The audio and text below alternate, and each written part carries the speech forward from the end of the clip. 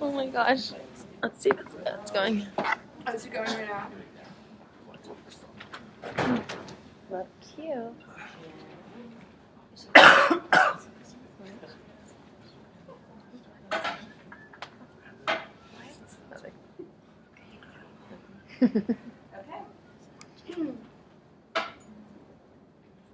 Okay, so a common goal for most people these days seems to be to work out more or just be overall healthier.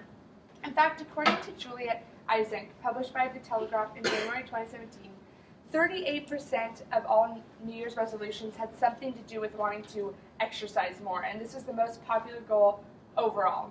And that was definitely something that my dad had in mind. So my parents' anniversary is around the time of New Year's, and so a couple years back, my mom decided to give him this super expensive bike where like the shoes attached to the pedals. And so his work office was around 18 miles away, and so he decided 2 to 3 times a week he would bike to work.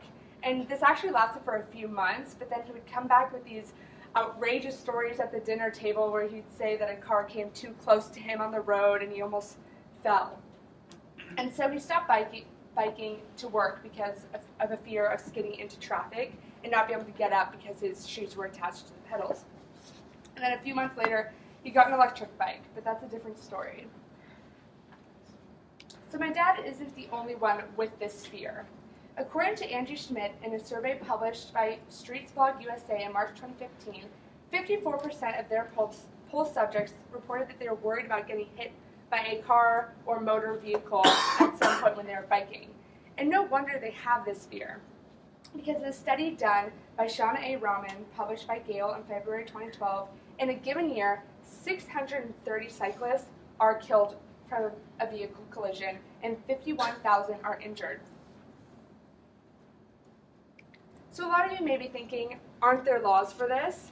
And yes, there are rules of the road for bikes and cars alike, but to sum it up, the DMV provides basic regulations for bikes to follow when they're on the road.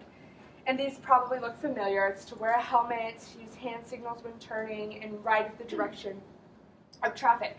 However, as much as the biker can do to prevent an accident from happening, we also have to take other vehicles into account. What if the biker is in the blind spot of the car? What if a driver parks and swings the door open and hits a biker? What if a driver is texting and doesn't recognize that there's a biker right in front of them going 20 miles per hour under their speed limit? These are only some common scenarios where bikers were killed or injured due to a traffic accident. Just like drivers not always paying attention to the road, bikers could also fail to obey the laws. In fact, according to bike accident statistics published by Ables and Ans, only 35% of bicyclists wear helmets frequently. We're not talking about if they're riding in their neighborhood cul-de-sac, which is also harmful not to wear a helmet.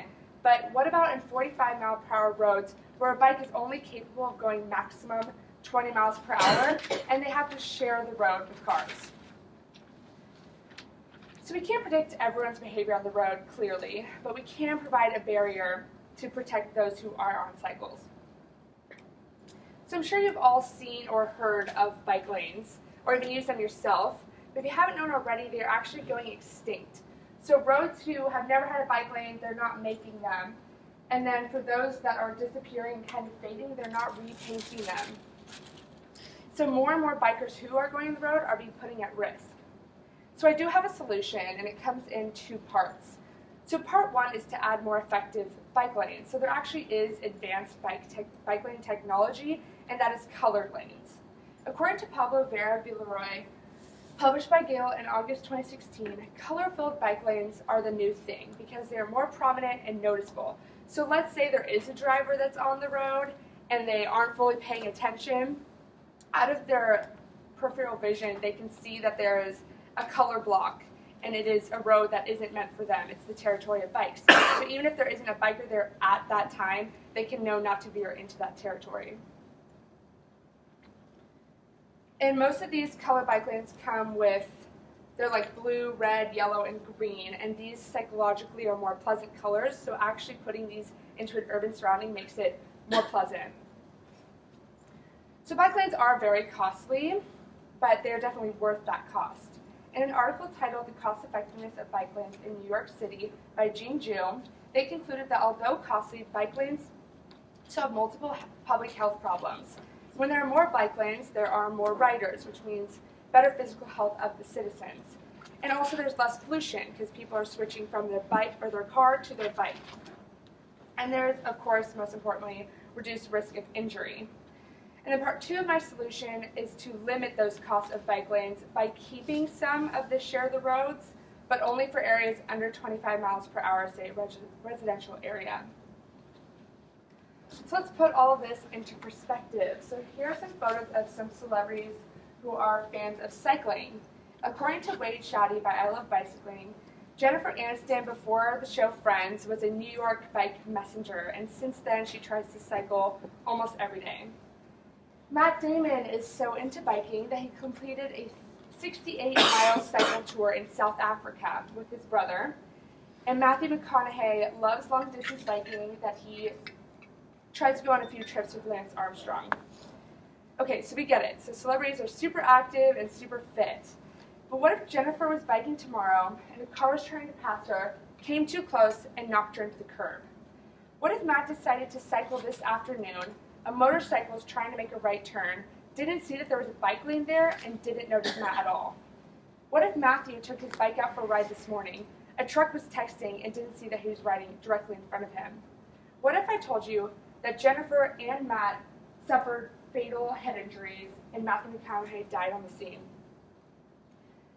So if we don't take action now, not only will celebrities, say, die from bike accidents, but almost anyone that gets on a bike could be a danger.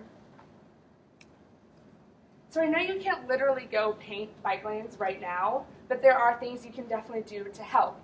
And that is to get on a bike and start riding it. So if you people are using bike lanes, that is the main reason that they aren't restoring them and making more. According to Kevin Matthews, published by Care2 in May 2016, one of 5 main reasons for more bike lanes is to inspire more people to ride bikes. So if you start riding a bike, they'll make more bike lanes, and that will influence people to start riding their bike. And if you aren't going to do it for that reason, think about yourself too. According to Hannah Bugard in an article published by Gale in August 2010, the health benefits of cycling are larger than the risks relative to car driving for individuals shifting their mode of transportation. So you'll be doing yourself a favor and putting the movement for bike lanes in motion. And all the New Year's resolutions will finally become successful, and biking will be popular and safe again. Thank you.